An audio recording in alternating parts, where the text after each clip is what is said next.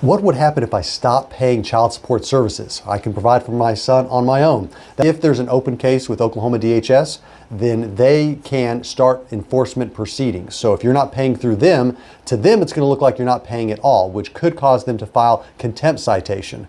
And then at that point, the burden is going to be, because it was ordered to pay through DHS, there's going to be a presumption if they don't have any payments that you didn't pay, so the burden's going to be on you to demonstrate that you did pay and you paid direct to the mom. So in any scenario, if you're paying direct to the mom or the dad, the custodial parent, you want to have good evidence of that. So if you're doing checks, that would be a great way to do it. Cash, not good unless you get a receipt indicating what you've paid. Because what we have happen a lot of times is we'll have obligors, the non-custodial parent, making the payments. They don't have good records of it. And then when a contempt is filed, the other parent says they didn't receive it. You have little to rebut that. And if it's supposed to go through DHS and they're saying we don't show any record of payment, you might be ordered and forced to pay child support twice. So you don't want to be in that scenario. From what we see from the obligor's perspective, and representing the non-custodial parent, is that although it's annoying and a hassle sometimes to have DHS involved, it can be a benefit because they're good record keepers for the most part. So if you're paying through them, they're going to have good record of that. That is a third-party record. So if mom is lying about what she received, or dad, the custodial parent, is lying about what they received,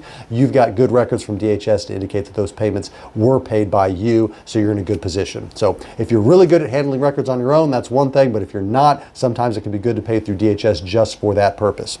Even if you're providing for your son separately, you still need to make sure that you're following the court's order. And if it says you're supposed to pay child support, you need to pay that child support. If you're dealing with these circumstances, though, you're going to want specific information related to what you're going through rather than general information on the internet.